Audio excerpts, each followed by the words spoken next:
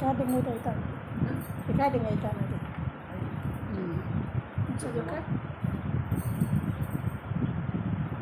మన యొక్క మిథ్యాభిమానము వలననే మనము అసమర్థులము అని అనుకుంటున్నాము. అట్టివాడు తనను తాను ఉద్ధరించుకునవలసిందే కానీ ఇతరులెవరూ అతన్ని ఉద్ధరించలేరు. మనకున్న అజ్ఞానంతోనే, మనకు అజ్ఞానం ఉండడం వల్ల మిథ్యాభిమానం అంటే స్వచ్ఛమైనటువంటిది కాదు. ఈ పిల్లలు నా వాళ్ళు, ఇల్లు నాది, ఎన్ని నావి నావి, సొమ్ములు నావి, డబ్బులు నావి అనుకుంటూ ఉన్నా కూడా ఎప్పుడుతో ఒకనాడు వాటిని విడిచి వెళ్ళిపోతూ ఉన్నాడు. కాబట్టి వీడు ఎంతన్నా అభిమానిస్తూ ఉన్నాడో వాటిని అన్ని అంతగా అభిమానించినటిని కూడా వీడిని వదిలేసి వీడు పోతూ ఉన్నాడు. కాబట్టి ఇది మిథ్యాభిమానము, సత్యమైంది కాదు. సత్యమైంది కాదు అంటే ఎప్పటికీ ఉండేది కాదు. కొంతకాలం చూస్తూ చూస్తూ ఉన్నట్టు కనిపిస్తూ ఉంటుంది. కొంతకాలానికి ఈ శరీరం దాటిపోతుంటుంది. ఆ విధంగా మిథ్యాభినివేశము అంటారు. ఈ విధంగా ఈ మిథ్యాజ్ఞానం చేత ఈ ప్రపంచమంతా సత్యం అనుకొని దీంట్లో ఉండే సుఖ దుఃఖాలను వాటిని పొందవలవి అనుకుంటూ ఉండడము అజ్ఞానం. కాబట్టి ఈ విషయాన్ని అర్థం చేసుకొని ఇది కాదు వాస్తవమైంది. మనకు సర్వసాక్షి నిరంతరము జ్ఞానస్వరూపమై ఏ పరమాత్మ ప్రకాశిస్తుందో ఆ పరమాత్మ వాస్తవమైంది. ఆ బ్రహ్మము నేను, ఆ పరమాత్మ నా స్వరూపము. ఈ శరీరం ప్రారంభం కొద్దీ శరీరము ఏదో ముందు జన్మ ప్రారంభాలు ఉండడం వల్ల శరీరం వచ్చింది. కానీ ఈ శరీరం నేను కాదు. ఇందులో ఉండేటువంటి జ్ఞానస్వరూపమైన నేను అంతటా ఉండేటువంటి పరమాత్మ స్వరూపుణ్ణి. అది నా స్వరూపము అని ఎవడైతే గ్రహిస్తాడో ఆ విషయాన్ని గ్రహించి ఆ పరమాత్మ యందు మనస్సు లగ్నం చేసి ధ్యానం చేస్తూ ఉంటాడో అటువంటి వాడికి మళ్ళా ఈ శరీరము అనేది ఇంకా రాదు. వాడు ఆ పరమాత్మతో, ఆ భగవంతునితో ఏకత్వం పొందుతాడు. మళ్ళా జన్మ అంటూ వాడికి ఉండదు అంటారు. రూపకార్య సమాఖ్యశ్చ విద్యంతే తత్ర తత్ర వై ఆకాశస్య న భేదోస్తి తద్వజ్జీవేషు నిర్ణయః.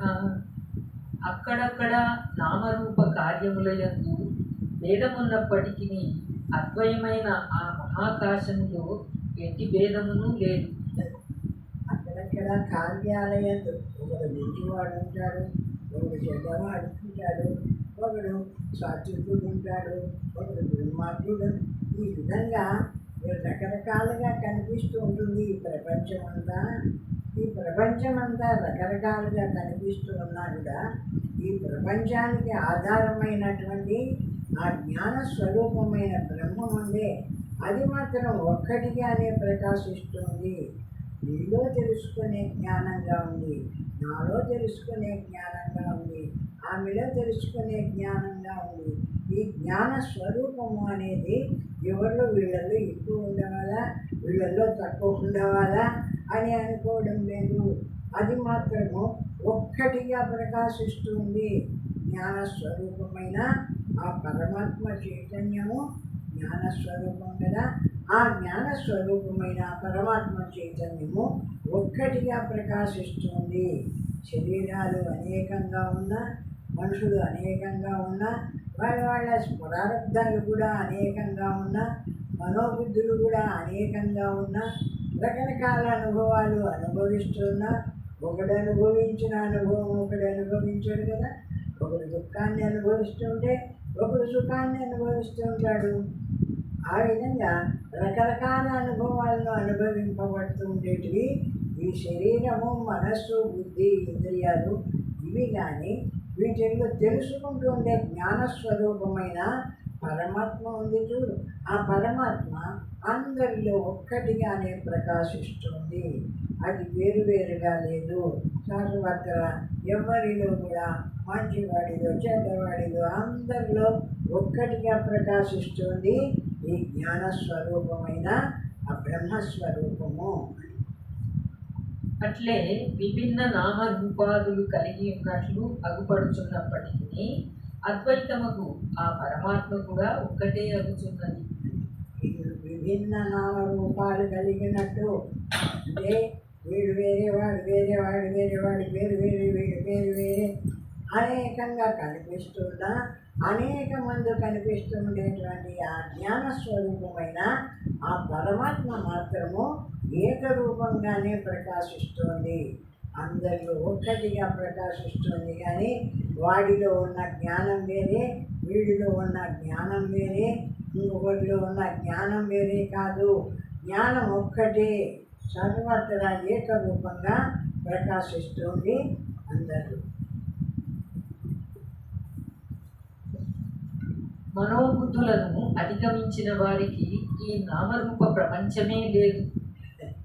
ఎవరు జ్ఞానం కలిగి ఈ మనోబుద్ధులు, శరీరము, ఇంద్రియాలు ఇవన్నీ స్థూల శరీరానికి సంబంధించినది కదా అనుకొని జ్ఞానం కలిగినటువంటి వాడు, బాగా విచారణ చేసినటువంటి వాడు ఏం చేస్తున్నాడు అని అంటే వీటిని ఉపేక్షిస్తున్నాడు.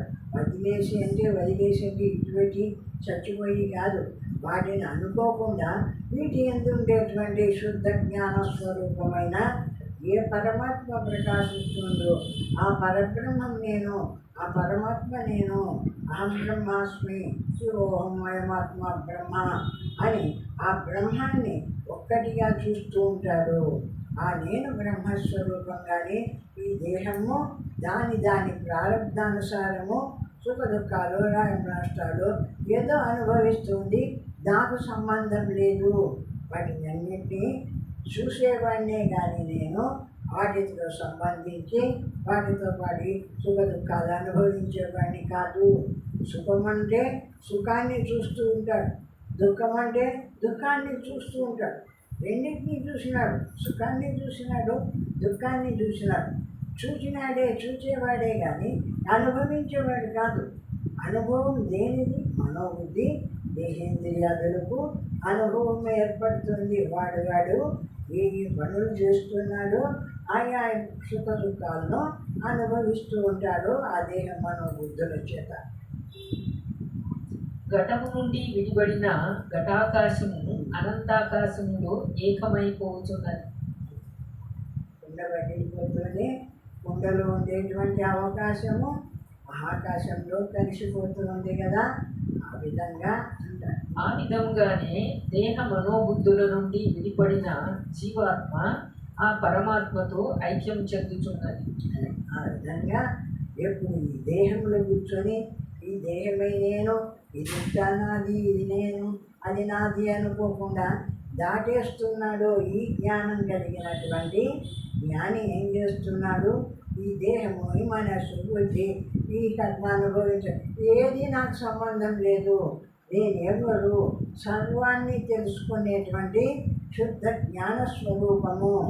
ఆ నేను దీంట్లో జ్ఞానస్వరూపుణ్ణి ప్రకాశిస్తున్నాను కాబట్టి జ్ఞానానికి నన్నింటినీ తెలుసుకుంటున్నాను. ఈ జ్ఞానస్వరూపమైన నేను అనంతమైనటువంటి సర్వవ్యాపకంగా ఏ పరమాత్మ అఖండంగా వ్యాపించి ఉందో, ఈ ఆకాశం ఎట్లా వ్యాపించి ఉందో సర్వవ్యాపకంగా, ఆ విధంగా జ్ఞానస్వరూపమైన చిదాకాశమైన ఆ పరబ్రహ్మస్వరూపుడు కూడా సర్వవ్యాపకంగా వ్యాపించి ఉన్నాడు. కాబట్టి వీడు ఆ జ్ఞాని అది తెలుసుకుంటాడు. ఈ దేహ మనోబుద్ధులు నేను అని భావించడు. ఉంటే ఉంటాయి వాటి ప్రారంధాన్ని అనుభవిస్తూ ఉండనిగాక నేను ఎవరు అంటే అహం బ్రహ్మాస్మి, నా జ్ఞాన స్వరూపము దీంట్లో జ్ఞానమాత్రంగా ప్రకాశిస్తుంది. చూడు, ఈ జ్ఞానము ఎక్కడిది అంటే అంతటా ఏకరూపంగా చిదాకాశ స్వరూపంగా ఏ పరబ్రహ్మము వ్యాపించి ఉందో ఆ పరబ్రహ్మం నా స్వరూపము, ఆ బ్రహ్మం నేను, అక్కడి నుంచి వచ్చిన వాడిని శరీరంలోకి. కాబట్టి నేను ఈ శరీరం కాదు, నేను ఆ బ్రహ్మస్వరూపాన్ని అని ఎప్పుడైతే భావిస్తూ వచ్చినాడో ఆ రకంగానే ధ్యానం చేసినప్పుడు కూడా ఈ దేహమనో బుద్ధుల్లో నిలబడకుండా దాటేసి శాస్త్రాన్ని దాటి అఖండ రూపమైన ఆ బ్రహ్మ మాత్రంగా నిలుస్తున్నాడు. అట్లా జీవన్ముక్తుడైతున్నాడు. బతికుండగానే ముక్తిని సంపాదించుకుంటున్నాడు. తన జీవత్వాన్ని, తనలో ఉండేటువంటి జీవభావాన్ని బ్రహ్మంలో ఏకత్వం చేసుకున్నాడు. ఆ బ్రహ్మం నేను అనుకున్నాడు. నేను ఇది కాదు, శరీరం కాదు అనుకున్నాడు. దాటేసినాడు. అఖండమైన బ్రహ్మమై నిలుస్తున్నాడు. అట్లా జీవన్ముక్తిని అనుభవిస్తాడు. బతికుండగా ముక్తిని సంపాదిస్తాడు. మరి ఆ దేహం పడిపోయిన తర్వాత కూడా శాశ్వతంగా బ్రహ్మం అంటే నిలిచిపోతాడు. మళ్ళా దేహము జన్మ అంటూ వాడికి ఉండదు. అటువంటి ముక్తిని సంపాదిస్తున్నాడు. అనగా తనను తాను తెలుసుకొనుచున్నదని భావం. ఆ విధంగా తనను తాను తెలుసుకొనుచున్నది. తెలుసుకోవడమేమే మళ్ళా జ్ఞానమే. ఏం తెలుసుకుంది? తనను తాను తెలుసుకుంది. అంటే తాను జ్ఞానస్వరూపమని, ఈ జ్ఞానమైన నేను అఖండ జ్ఞానంలోంచి వచ్చినటువంటి ఒక ముక్క ఈ శరీరంలోకి వచ్చి పడింది. పట్ల ప్రారంధానుసారము వచ్చి పడింది. ఇంక దేహమే నేను అనుకుంది. అదే చెప్తాను కదా, సృష్టివాద్య సకలమేవ శేషకర్త తత్ప్రావిశత్ పునరుపాగత జీవ భావ విస్మృత్య సత్య సుఖబోధమయ స్వరూపం. వచ్చి పడినాక, దేహంలోకి వచ్చి పడినాక అనంతమైన పరమాత్మ నుండి ఒక భాగమే దేహంలోకి వచ్చి పడినా, ఈ దేహంలో ఉన్నది కూడా అఖండమైన బ్రహ్మస్వరూపమే కదా. ఆ మాటను మర్చిపోయింది. ఆ మాటను మర్చిపోయి దేహం నేను అనుకుంది. దేహం నేను అనుకున్న తర్వాత ఇంకా ఈ నాది, పిల్లలు నావాడు, ఈ ఆస్తి నాది అని ఈ విధంగా ఈ ప్రపంచంతో కలిసిపోయి ఇక్కడ చిక్కుపడిపోతుంది అజ్ఞానం చేత. ఈ విషయాన్ని దేవుడు తెలుసుకొని, అంటే ఈ విషయం తెలుసుకోవాలంటే జ్ఞానం కావాలా, తెలిపేటువంటి శాస్త్రం కావాలా. వాడేంతకు వాడికి తెలియబడదు.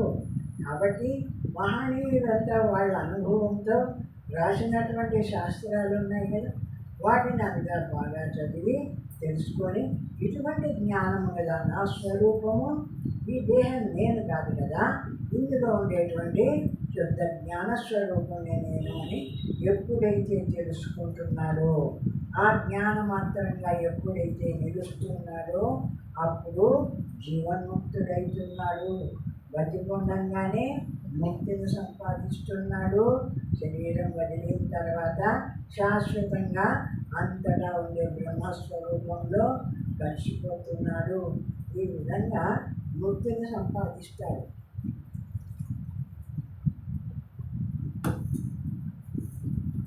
ఆ బ్రహ్మజ్ఞానంలో ఈ నామరూపాత్మక ప్రపంచము కానీ కాలమానాదులు కానీ ఏమీ లేనే లేవు. ఆ బ్రహ్మజ్ఞానాదులలో అంటే బ్రహ్మజ్ఞానాన్ని తెలుసుకున్నటువంటి బ్రహ్మజ్ఞానులలో కూడా వాళ్ళు ఏ బ్రహ్మస్వరూపమో నేనని తెలుసుకున్నారో ఆ బ్రహ్మజ్ఞానులలో కూడా ఈ ప్రపంచము, ఈ సుఖ దుఃఖాలు ఇవి సత్యమని వాడు భావించడు. దేహం ఉంటుంది కాబట్టి దీనికి ఇంత ఆహారం వేస్తూ ఉంటాడు, తిరుగుతూ ఉంటాడు. నిరంతరము ఆ పరమాత్మ స్వరూపాన్ని ధ్యానం చేసుకుంటూ ఉంటాడు. ఆ విధంగా ఉండడం చేత దేహం వదులుతూనే ముక్తిని పొందుతున్నాడు. ఆ బ్రహ్మజ్ఞానములో ఈ నామరూపాత్మక ప్రపంచము కానీ కాలమానాదులు కానీ ఏమీ లేనే లేవు అని వినగానే ఆ జీవాత్మ పరమాత్మలో కలిసిన వెనుక ఆ బ్రహ్మజ్ఞానికి ప్రపంచమే లేదని ఎట్లు చెప్పగలము?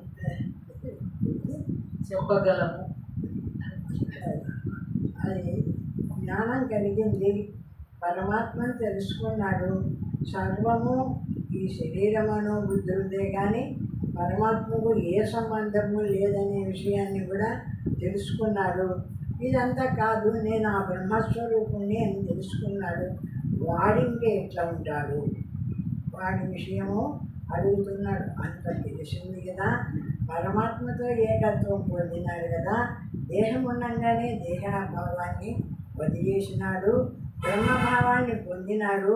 ఈ బ్రహ్మమైన నేను అంతటా ఉండేటువంటి శుద్ధ జ్ఞాన స్వరూపుణ్ణి అనుకున్నాడు, జ్ఞానమాత్రంగా నిలిచినాడు. అటువంటి వాడు ఈ శరీరంతో ఎట్లా మెలుగుతాడు, ఎట్లా వాడు మళ్ళా ఈ ప్రపంచంలో తిరుగుతూ ఉంటాడు అనేటువంటి క్వశ్చన్ వేస్తున్నాడు. ఇది యథార్థమా, లేక కవి అయిన వేదాంతి యొక్క భావనా సిద్ధాంతమా, లేక ప్రపంచంలోని దుఃఖముల నుండి తప్పించుకొని చూచు దుర్బలుని మానసిక భ్రమయ అని మనకు ఒక సందేహం కలగవచ్చు. ఇది నిజమేనా? లేక ఈ జ్ఞాని అయినటువంటి వాడు పరమాత్మను తెలుసుకున్నా అంటున్నాడే, ఆ జ్ఞాని అయినటువంటి వాడు ఈ ప్రపంచంలో ఏవైనా విషయాలు ఉంటే తప్పించుకొని జ్ఞానిని అనే వేషం వేసుకొని వీటిల్లో సంబంధం లేకుండా ఉంటాడా? లేక ఈ జ్ఞానమే కలిగి ఈ ప్రపంచంతో సంబంధమే లేకుండా ఉంటున్నాడా? ఎట్లుంటాడు వాడి పరిస్థితి అని అడుగుతున్నాడు. అట్టి సందేహమును